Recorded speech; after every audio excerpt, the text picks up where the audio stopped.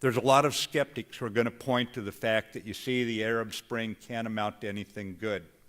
And I wouldn't go that far. In the short term, ladies and gentlemen, there's going to be setbacks. That's just a reality. Each country is going to manifest its future in its own way.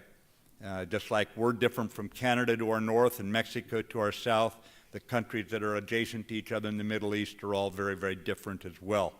So they'll each find their own path forward, but let me give you one example of why I remain hopeful in the mid to longer term. If I was here 3 years ago and you asked me about Yemen, I would tell you you probably have one of the most unfortunate little countries with the most dismal future possible. Yemen, in the last 2.5 years, has gotten rid of a dictator who had governed the country for 30 years. They did it in the face of significant poverty. They did it in the face of terrible environmental factors. They have enormous numbers, hundreds of thousands of refugees from Africa. They don't even try to hold their borders. There's not even an effort made along those lines. Meanwhile, they have a separatist movement. They have the Houthi Shia insurgency, and they have Al-Qaeda in the Arabian Peninsula, a murderous group that's attacked America.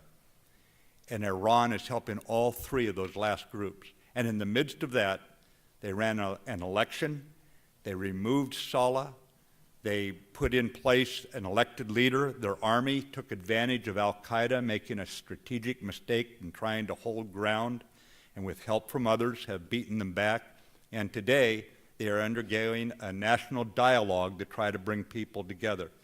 So at the time when the skeptics are so critical of any possible good coming out of this, I think it's way too early to say that it's automatically going to go either towards democracy or toward a disaster. That's not the case. A lot of decisions, a lot of leadership is going to be exercised to see which way this turns out. I would tell you that